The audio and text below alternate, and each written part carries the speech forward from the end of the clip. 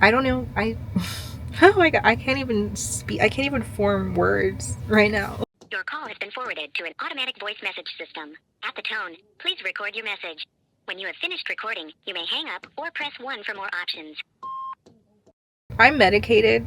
Like, full disclaimer, I am medicated, so I feel like that's why I'm giddy and laughing, because if I was not taking Zoloft right now, I would probably break down again. A lot is happening to me. Well, has happened to me and is still currently happening to me as of 30 minutes ago. For context, I have HS, hidradenitis, suppurativa, like it's some long word. We call it HS, okay? I've had that for years. We talked about it. I've been on the Humira, got off of it because I needed a new prior authorization for a TB test that no one wanted to tell me about, but I did it and whatever. So I said I'm noticing some spots are popping back up, so I really need to get on my stuff. I said that. Do you remember? Because we were talking in the car about it. Okay, so I did get back on it, but the flares were not going away, and I noticed that one was getting worse. My problem arm, the left arm just loves me so much. So I was telling my dermatologist what I was trying to. No one answered me. Weird, but okay. And then finally on September 30th, because it was not getting any better, I could not move. I was like, worst case scenario, like that was the day that I was like, either someone's going to see me at my dermatology office or I'm going to have to go to urgent care, because I was leaving on October 3rd. Okay. So I'm like, I need to like have some type of like not pain so I can enjoy my birthday trip that I was really looking forward to. I did have some antibiotics from before, because my dermatologist prescribes me antibiotics to like have on hand in case of emergency, which I feel like this was emergency, and they were not doing anything. And I told her that I was literally like in my bathroom crying at 3 a.m. and I on my chart messaged her. So I was like, look, like, can you please, like, can someone help me? Like, I don't know if I needed a steroid shot or like what. Like, I wrote different antibiotic, like, I need help. Okay. No answer from my chart message. So I was like, I'm going to call too. So I called on September 30th in the morning, like right when they opened, because my hair appointment that I could not get out of unless I just wanted to forfeit the money. I didn't want to forfeit the money. Okay. That appointment was at 8 a.m. So, like, I was up. Okay. I know I was up. So I called. They said that they were going to, like, talk to her and someone was going to call me back so they could try to, like, get me in, whatever. Because they said that they could get me in on Thursday. I'm like, I'm not going to be here. I'm going to be driving. So I need you to, like, do it today or tomorrow. Okay? This is September 30th. Okay? So no one called me. I was in pain. I was like, you know what? I can't do it. And I thought I had found a new dermatologist, but I can't read, apparently. And so it said October 29th for the appointment, but I read it as September. So I was like, oh, we're good. But then I realized, wait, today's the 30th. So how would that be September 29th? And then I realized it's in October, but I didn't call them to cancel it. I just kept the appointment anyway, because I was like, I'll cancel it later. They're going to think I'm a scammer if I call right now. I was like, hey, sorry, I need to cancel that. So I left it. Good thing I did. Foreshadowing. So, I go to the urgent care. They attempt to numb me. This guy, he was on something. I don't know. Like, he was really odd to me. But again, I was in pain and they saw me really quick. And so I just and I've been to that one before, I believe. So whatever. But anyway, so he does the little incision and drainage and sends me on my way. And I'm like, hey, I need an antibiotic. You kind of just like popped into me and I need an antibiotic. And he's like, oh no, just keep taking those. But I'm like, they're not doing anything, number one. And number two, I'm pretty sure they're about to expire because it's been a year. But he's like, oh, it's fine, just reach out to dermatology, they'll know what to do. So he cut me and gave me no antibiotics, and I said, what do you want me to do for the pain? Because I literally cannot move the side of my body, and I can't, I can barely drive. It was I was literally in tears. And I think I was trying to film for Vlogtober during that time, so there's a clip of me crying. Will I show it to you? I don't know. because it's like a really low moment. Like I don't even know. Ooh, my stomach's growling for once. Is my appetite coming back? Anyway, yeah. So I was in pain, and that just kind of started the domino effect. I'm just cycling through pain medication at this point. Antibiotics, not doing anything. They expire. Dermatology office, not answering. So I'm just winging it, you know. And I was like, at least I can move my arm a little bit better, so when I do go on my trip, like, it's gonna be fine by that time. So I was still swollen on the trip. I was actually in the car on the way to Florida when my dermatology office called me, and they're like, hey, we got your message on Monday. Today's Thursday. How can I help you? You know, and I was like, well, your voicemail says next business day, so we're way past that. But it doesn't matter now because I'm gone. And I went to urgent care. So I'm assuming it's going to clear up. If it doesn't, then we'll do this whole phone rodeo again. I go to Florida. I go on my cruise. I make the most of it. It actually felt a little bit better when I went into saltwater. I don't know if that was a good idea or a bad idea, but it did feel a little bit like I wasn't as sore, so that helped a little bit. But I literally could not sleep on this cruise. I was just in so much pain, but I was trying to make the most of it because it was my birthday trip, and it was my first time on Royal Caribbean, and I was going on like one of my wish ships. Like, ever since I knew about Utopia, I was like, I want to go on it, and I literally got to go on it inaugural season, which I'm very grateful for, but I wish it was better circumstances. But anyway,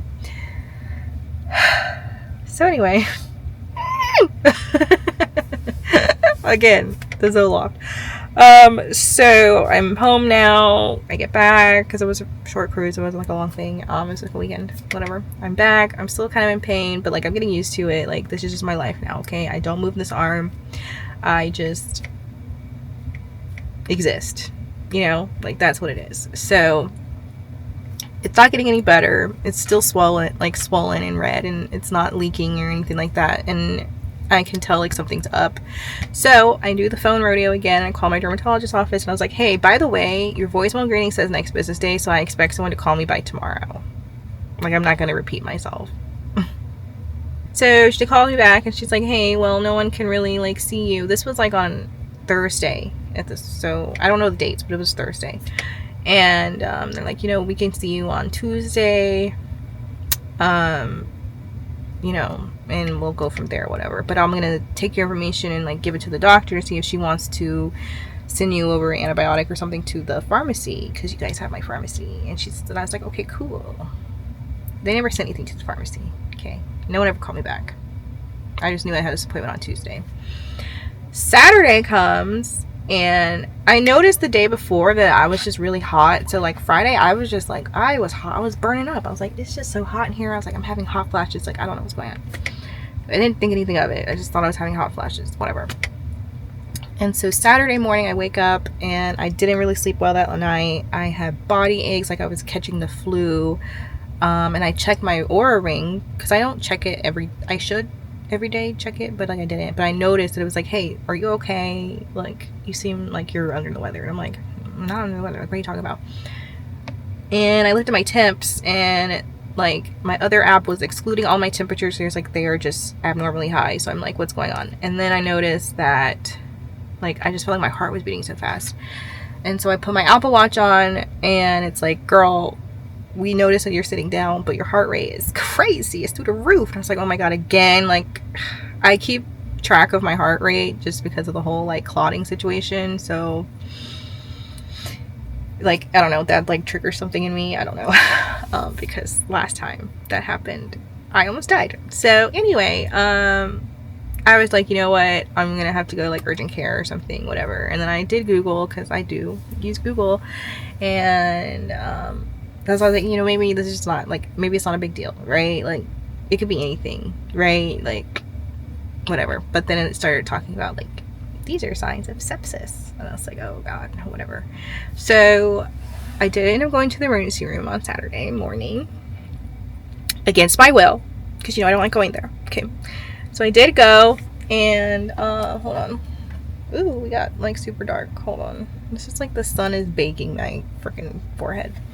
So yeah, I did go to the emergency room that morning. Oh my God, I just realized I did that. I opened that.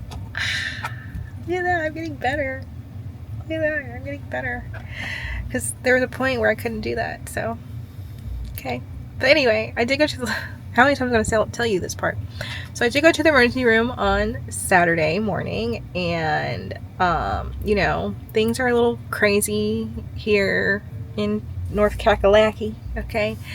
And they saw me right away. They got me in really quick. They triaged me really quick, whatever. They did do an EKG just to make sure I wasn't, you know, popping a clot. But they just said, hey, you got tachycardia, which I knew that.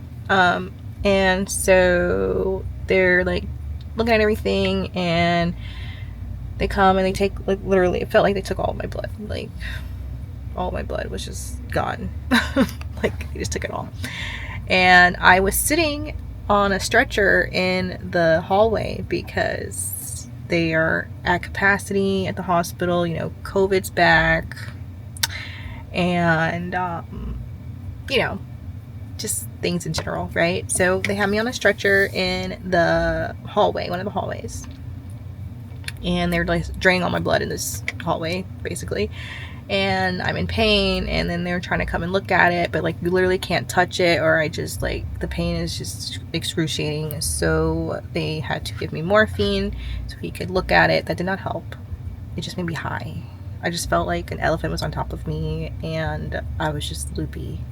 But I'm like, I can still feel everything that you're doing. Like, I still feel pain. So whatever you thought you were doing, it's not doing it.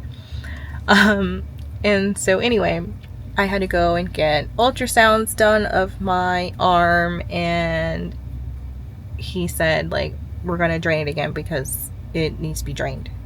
And, you know, you said you got to drain, but it's no way, essentially.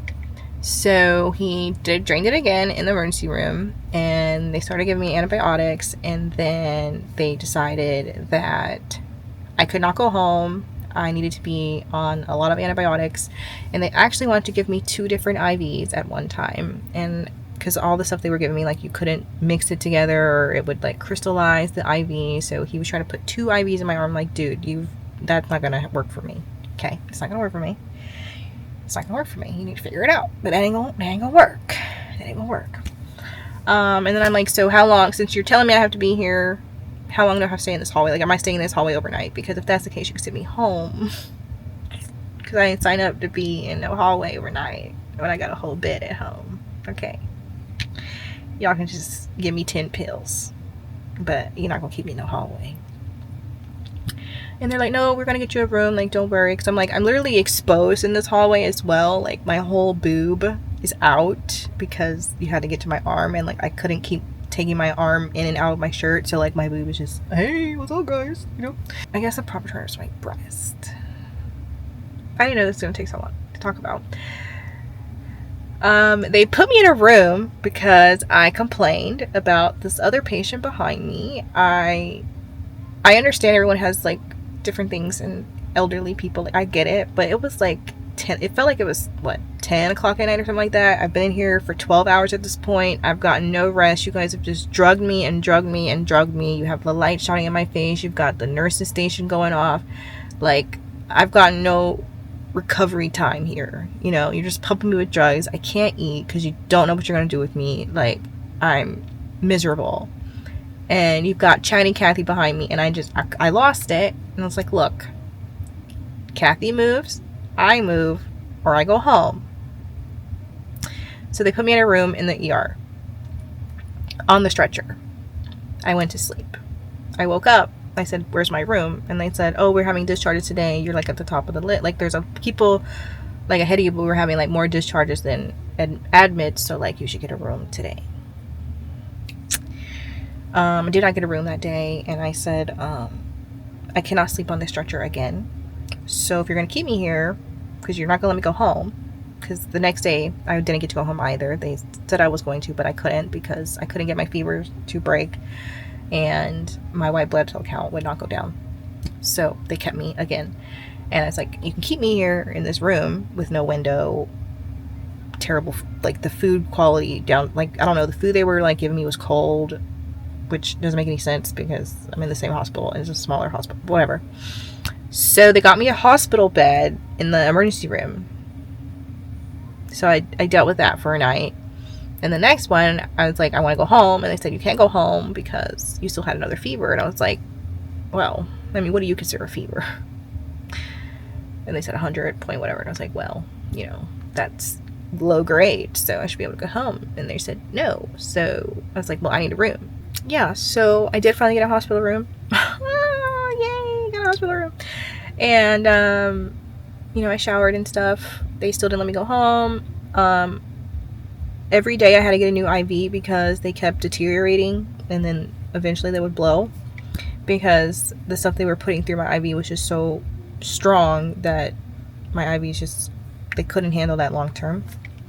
So finally they had to give me a catheter in my arm for drugs, but I was like, you know, I'm kind of over the antibiotics. I'm like, my bowels are messed up, like everything is bad. So then they said, okay, you can go home, like everything's looking good, tomorrow you should be able to go home. So I was excited. But then I noticed that I had pain in my arm again, and I asked my nurse, I was like, hey, does this look swollen to you? And she said yes. And so they did my blood work again, and my white blood cell count was going back up. So I could not go home, and I had to start more antibiotics. But they realized, like, hey, the antibiotics are not going to work because it's just, the abscess is just refilling. So they said that they needed to see like what was really going on. So I had to get a CT scan with contrast. So I had to get another IV, even though I didn't want those anymore. But that's why they gave me the catheter in my arm, and they just did the contrast through there. And I did the CT scan, and I had, you know, another abscess like had reformed basically. And so they got the surgeons involved, and they said that they were gonna, like, you know, take me to surgery. And I was like, I don't want to have surgery. Like, I don't like anesthesia. I don't want to be under it. Like, I wasn't comfortable doing it because I was there with myself. And so they said that they would do it bedside for me, like they kind of did in the emergency room, but it would just be a more invasive procedure. And so I was like, fine. But I don't know, like, I felt like I was moving too fast, so I did like take a pause, because I'm like, you guys, like, we literally just discovered this, and now you're trying to like just, you know, like, give me a minute, right? So then the next day after that, they did it, and again, I was thinking it was going to be like the emergency room. That was false. It was not like the emergency room. This was like hardcore surgery, in my opinion, because in the emergency room they did not do a timeout or any of that stuff. Like, he didn't don any draping and like do all this extra stuff. Like, he literally just, you know, had some gloves and he just boop. Okay, like, this was next level. And they did use the local anesthetic. I did start to feel stuff. I said, I feel that, so they stopped.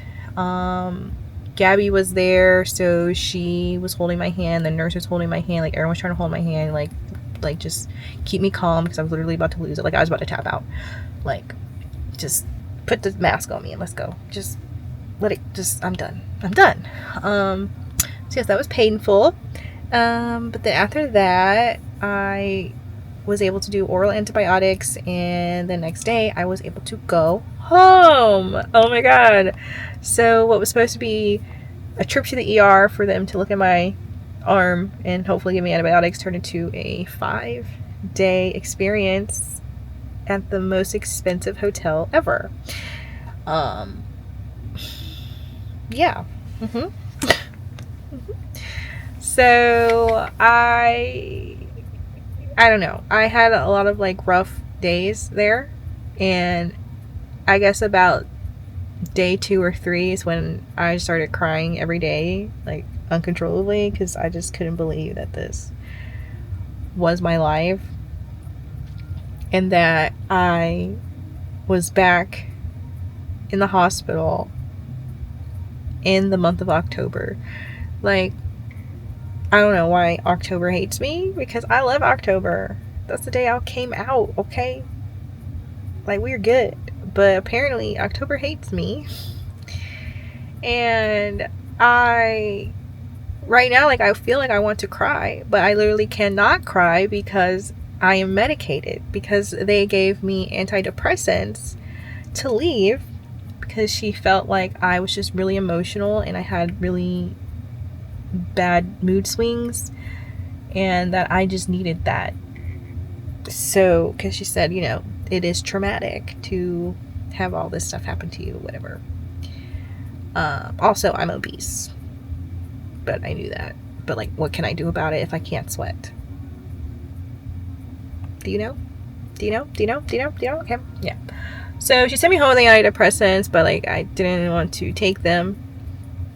I had a follow-up appointment with my primary care provider, and it wasn't like, I don't know, like I wasn't feeling it. And she's like, you know, how are you? And I was like, how do you want me to answer that? Like, how do you think I am? How do you think I am? Like, even when I got home from the hospital, I just laid in my bed and I looked at the wall. I did not want to talk to anyone. I didn't want anyone asking me questions. Like, I don't know.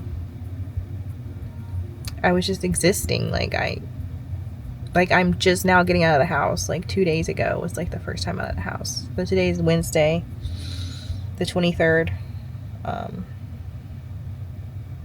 I did get out of the house Monday because I had my daughter's appointment. And then yesterday I didn't go anywhere. Is it November? Because I'm done.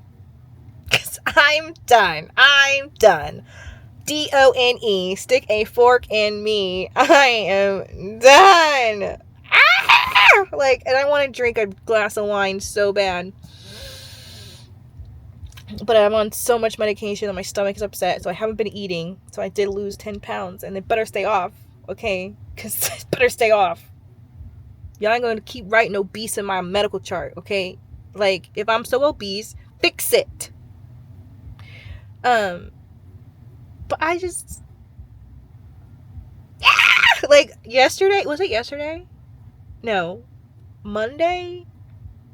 Like, after my doctor's appointment and stuff, when I got home, because Sony drove me or whatever. After that, he's like, okay, you ready to get out of the car? And I was like, you can go. And he's like, you know how men are just like, and I was like, just go. And I just stayed in the car and I just screamed at the top of my lungs. So I was like, I just need to let that out.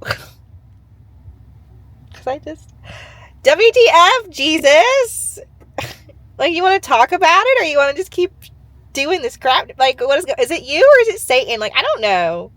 But we're going to throw hands, okay? Like, stop it. Stop it! Like, I just want a glass of wine so bad. But I'm probably going to throw it up. So, because you can't drink, well, you're not supposed to drink with the Zoloft. And you cannot drink with Oxys. Because, you know, you might just, you know, like,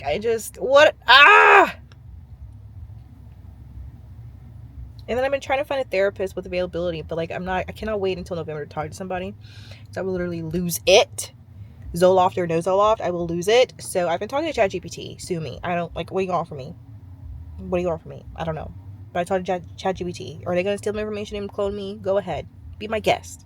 Be my guest, okay? Make another one of me. So it can deal with the problems and not me. Wow, 30 minutes of me venting. Yeah.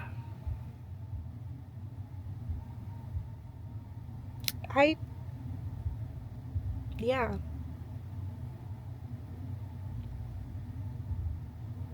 Yeah. No tears, though. I totally thought I was going to cry. Good, like, letting all that go. But I guess, you know, the Zoloft has other plans for